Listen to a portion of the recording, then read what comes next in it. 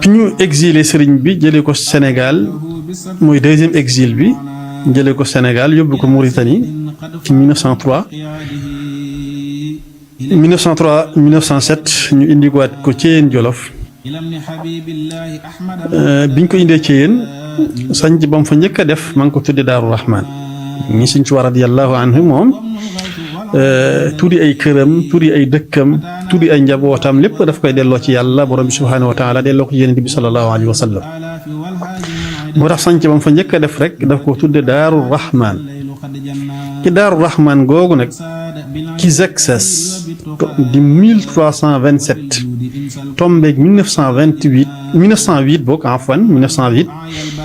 ci la Cheikh Abdoulahi Mbacké mii ñuy waxtaane feeñ foofu ci Daaru Rahman ci Thièyène Jolof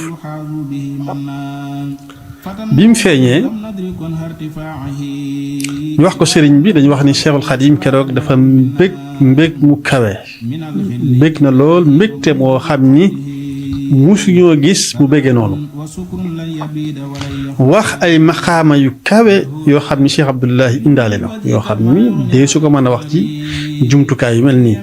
ay maqaama yu kawe yoo xam ni moom Cheikh Abdoulahi indaale na ko keroog bi nga xam ni jox ko aw tur jot na dafa daal di bind ci aw kayit Abdoulahi daal di bind ci aw kayit jox ko sëriñ Maxtaar Bintaloo muy ku ñu xam ci keppaaru Cheikhul Khadim na ko buñ demee nañ ko tuddee Abdoulahi maanaam sëñ Hamsatu Jaxate nag moo ko jox tur wi maanaam